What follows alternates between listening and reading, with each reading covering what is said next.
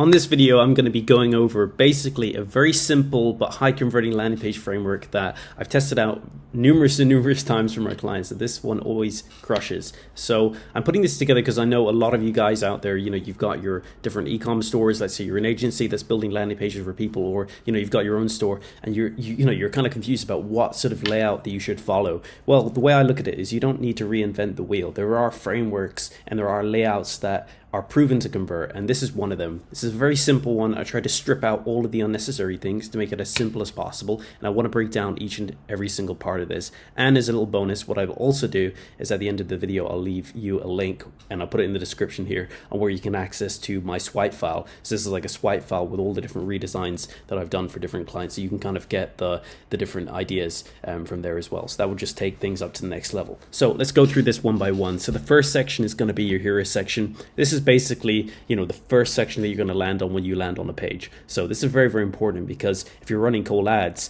the first section that those cold ads go onto, the people who click on your ad and they land on the page, that's going to be super important, whether they're going to bounce, which is going to negatively affect your ad spend, or whether they're going to stick on the page, get hooked in by your headline, get hooked in by your image, and then go on to convert. So this is really, when it comes down to landing page, this is one of the most important sections. So you want to make sure that your hero section is dialed in. And basically what I've put in here is 4 principles that you need to make sure that your hero section has in order to ensure that it's set up the best to convert people. So make sure it has some form of social proof. This can be the total amount of customers. And what I'll do, I'll pull up my swipe files so you can kind of see, and this will hopefully give you, these are all different hero sections, by the way. So this will, because this is the most important section, this is why I'm giving you access to this swipe file.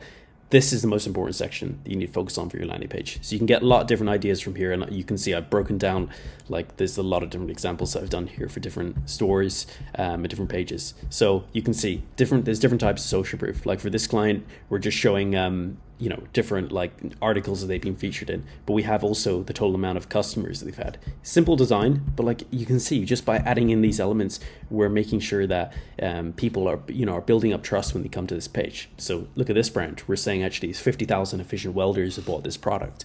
Let's go to another one. Okay, what are we saying here? We're saying 20,000 adventurers have bought this product and trust this brand. So again, it's when people are landing on this page, they're not going to think that, oh, I'm the first customer that's going to buy from this brand. Because you got to think about it, when people are scrolling on Meta or Facebook or Instagram and they click on your ad, a lot of the times they have never seen your brand before.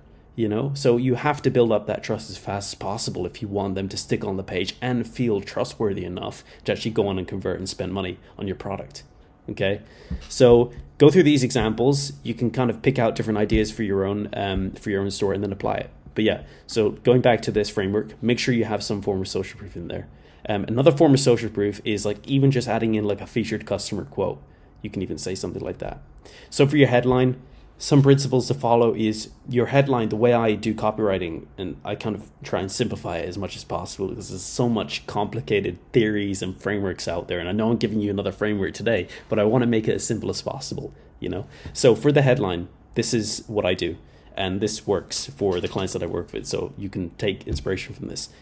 For your headline, make your headline be the promise of what your product does. So for example, if I'm selling, a tooth whitening product, I'm going to say, get whiter teeth in X amount of days. That's the promise. And then the sub-headline underneath should explain how my product achieves that.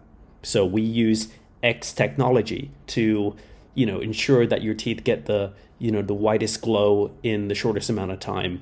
That also cares for sensitive teeth, etc., etc., etc. Poor example of copywriting, but you get my principle. The main headline should come up with the promise to hook people in. The sub-headline should then explain how it achieves that, so it's believable, Because, if you come up with a ridiculous headline, some people are going to be like, well, sure. But your product is obviously the vehicle to take people from where they are now to where they want to be, get them to that end desire. So that's why the sub-headline and the headline like that go well together, basically. Optional. This is optional but recommended. You can also break it down, so you can add 3 different benefits, like, and you can bullet point it. So I'm sure I have some examples of this on this white file as well. Yes, so over here, so you can see headline. This probably should have a subheadline as well to make it stronger, but again, it's just, you need to know, this is the art of like building a landing page. You need to know the balance of when to include certain information and when not to include it, because if you include too much information, people are not going to read it. And if you include too little information, it's not going to convert people and it's not going to hook them on the page. So there's an art to it, you know. So you can see here, these are 3 different bullet points to kind of break it down. And here we go again. We've got, you know, a powerful headline, and we got 3 different bullet points that kind of explain the benefits of the product. And there should be more examples as well. You can see here for a SaaS company, here for like this sort of dating company, I believe. I can't remember because I've done these like a while ago. But yeah, you get the idea. Then we go into the how it works section. So then after that, we have the call to action, which is just simply your button. So you should always have a button above the fold, which is just in this section, because obviously you want people to take action and, you know, or at least move down the page. So then we go into the top 3 benefits. So this is like a section that's just going to basically break down and expand upon how your product does what it does and what are the benefits of it. So that's kind of the gist of it. That if you want to go even deeper, you can create a how it's work section to explain like the routine. So how does your product actually do what it does, basically, you know, and why? And this is important. Like, why is it better than any alternative? So once you've established the benefits from this section, so painting the end desire, getting people hyped up about that, then you have a section underneath that basically explains how it actually does that. So how it's going to take people and deliver on the benefits that you promise. Then it's important in this section to explain why it's better than any alternatives in the market, because once you sold people on your promise and that your product can actually do what it does, some people might be thinking, well, can I buy like a cheaper alternative from Amazon or from another competitor? And that is why you need to explain to people why your product is better than the alternatives on the market. So you can say, we have a unique technology, we use unique ingredients. When you buy from us, you're going to be protected by our awesome guarantee, which means you can try it out for like 90 days. And if you don't get the results, then we'll refund you. So things like that are going to basically hook people into buying from you. And that's an important thing. And a lot of brands don't do this, actually. So they have a great product, they have a great offer, but then they don't explain why their offer or why their product is better to shop from them compared to anyone else in the market. So you need to have that piece as well. So then social proof. So this is a section where you can call out featured reviews, show UGC. If you have any influencers or experts, include them in there as well. That's really, really powerful. And then order form. So this is obviously the one of the other really, really important sections on your page. And I'll pull up an example of a page. So Raw Nutrition, I use these pretty often in my videos because these guys are pretty awesome and their product is amazing. And I love the founder, Ryan. He's an awesome dude. So yeah, and I also have tried these products and they're amazing. So I love this brand. But basically, if I scroll down, so this is like the order form. This is a product page, but on a landing page.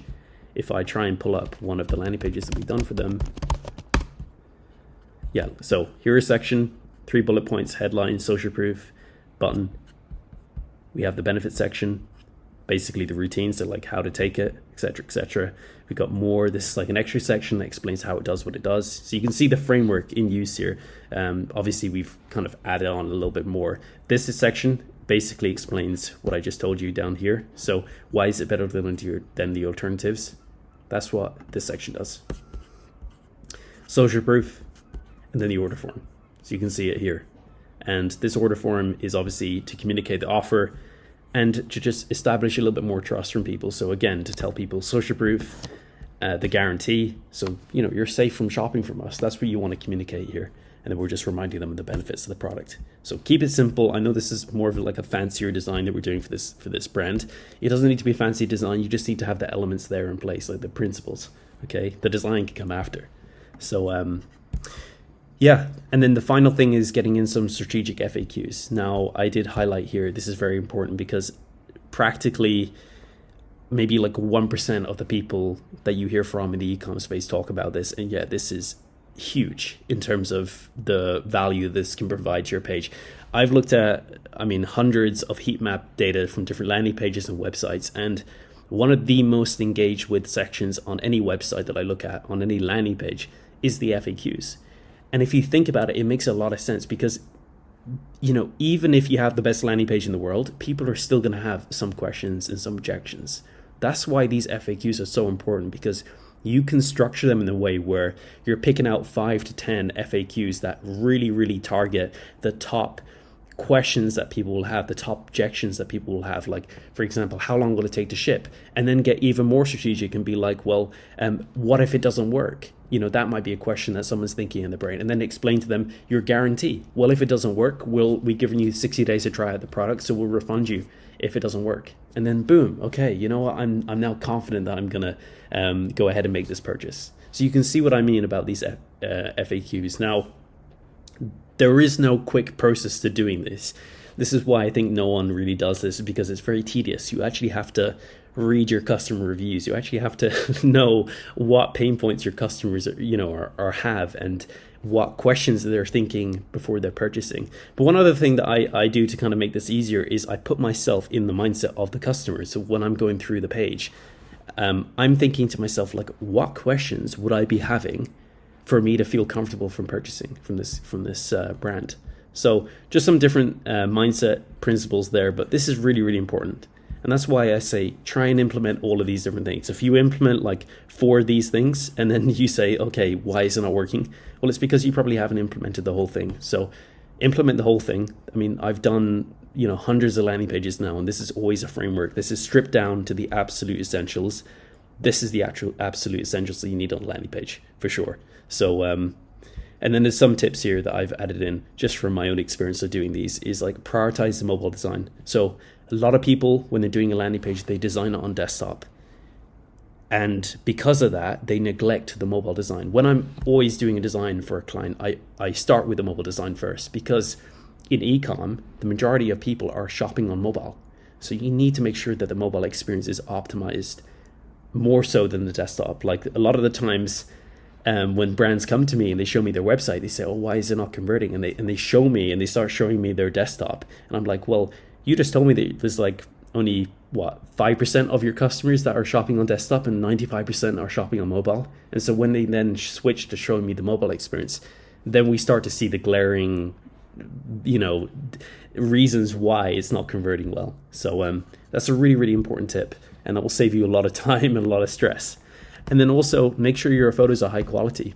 People buy with their eyes. If you're going into any store and you wanted to spend, let's say, $100 on a product, would you buy that product if it was in like mesh, like crushed up packaging, and there was like dirt all over it, and it looked like it was just being like thrown around the place? No, you wouldn't. You want to buy it if it's packaged nicely, if it looks clean, if it looks, that when you take out the product, it's going to be in a nice shape. And it's the same analogy for when you're shopping online, and more so because when you're shopping online, you don't get to feel and see that product in your hands or in a space. So that's why your images are even more important when you're shopping online, because you need to make sure that they are high quality, good lighting, and that they show the product actually in use. So some lifestyle photos there, with the right age group. So if you have like a supplement brand that's for, like 50 plus women, don't show like a 20-year-old using your supplements. It's going to be totally off the mark. You know what I mean? So things like that. And of course, the final thing I want to mention is just bug test it. It's like, again, this is another thing that people don't do. And yeah, it's so important. And yes, it's boring. No one likes doing bug testing, but it's really important. Like, how many times have I booted up a store, they'd say, hey, I need help with conversions, and we find out there's like a massive bug on like their landing page that's causing a section not to work properly. And of course, that's going to harm your sales. So hopefully this helps. Hopefully you have gotten some value from this. And what I'll do is I'll leave a link below in the description where you can see this swipe file, and this will hopefully help you with coming up with your hero section and making sure it's pretty optimized.